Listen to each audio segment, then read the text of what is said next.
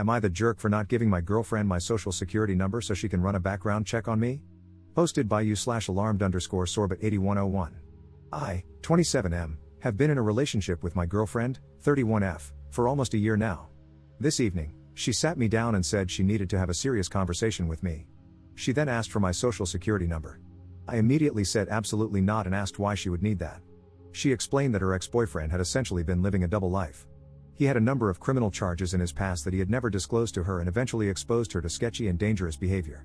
She broke things off with him after he cheated. I said, "Okay, thank you for telling me that, but what does that have to do with my social security number?"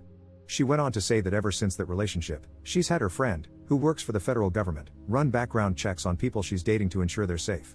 She explained that since our relationship is progressing, she needs to know I'm a safe partner, which is why she wants my SSN to check my criminal history. For the record, I don't even have a parking ticket. I'm a nerd and a gym rat. All I do is work, go to school, play board games, come home, watch anime, rinse and repeat. So I have no issue with her running a background check. I know she won't find anything. But I'm not comfortable giving out my SSN. That's a line I'm not willing to cross. When I told her this, she got upset and said I don't understand what women go through and that this is about her safety. I admitted that she's right, I have no idea what women go through, but that doesn't change my stance on giving my SSN to a complete stranger. She argued that her friend isn't a stranger, he's one of her best friends and married to one of her close friends. I replied, "Honey, that's great, but I don't know him.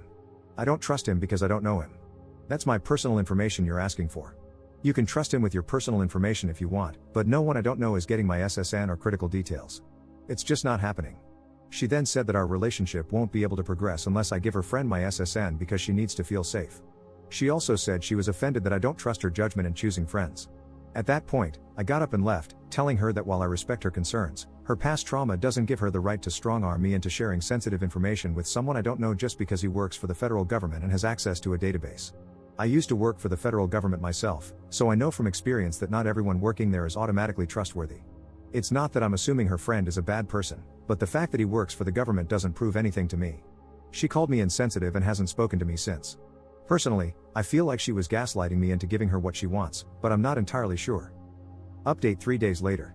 After reading the comments I've been getting over the last few days, I decided to call her on New Year's Eve and give things one last chance because I'm the type of person who needs to know I did everything I could before walking away from a relationship.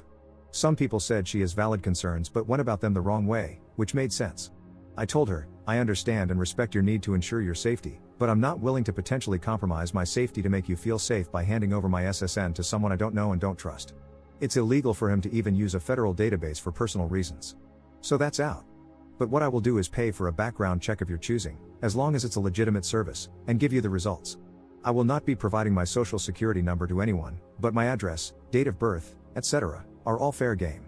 She refused and said that she had chosen a background check, having her friend do it, because she knows she can trust him. So I said, if that's how you feel and you won't budge, then the issue here is trust, and I'm not willing to stay in a relationship with a woman who doesn't trust me because of some crap that doesn't have anything to do with me. I'm not paying for another man's sins, and I'm not giving you my social security number because your ex was a criminal.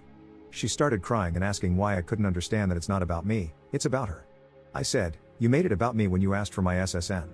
She got pissed and started accusing me of lying about caring about her safety, saying that if I really cared, I'd have no problem doing this because I don't understand how vulnerable women are in society. So I said, I was willing to work with you up to a reasonable point, but now you're just trying to manipulate me, and I don't feel safe being with you anymore. Because if this is how you react when you don't get your way about having my SSN, what happens the next time we have a major disagreement or a serious situation? Are you going to keep crying to try to get your way or throw out another ultimatum to try to force me into doing what you want?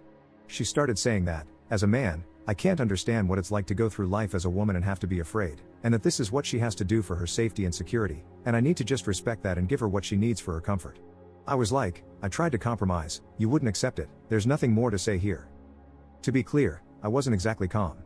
I have severe anxiety, so this was a really hard conversation for me to have. I was actively pacing around my house, sweating, and forcing the words out the entire time. Then she started crying and asking about New Year's because we were supposed to spend it with her parents. I said, you should have thought about that before you tried to strong-arm me into getting your way. This isn't an everyone stood up and applauded moment, that's just how things went. I hung up, and now we're over. Obviously, I'm hurt, but I'm realizing I dodged a bullet because there's no reason things should have gotten this messy. And before anyone tries to jump me in the comments, again, I offered to pay for the check. She refused because it wasn't the test she wanted. I feel like I made a good faith effort to resolve things. Hate to ring in the new year without a kiss under the mistletoe, but it is what it is. I don't know if she really is that concerned I'm some lunatic criminal or if she was trying to scam me like a lot of you said. Either way, it's over now.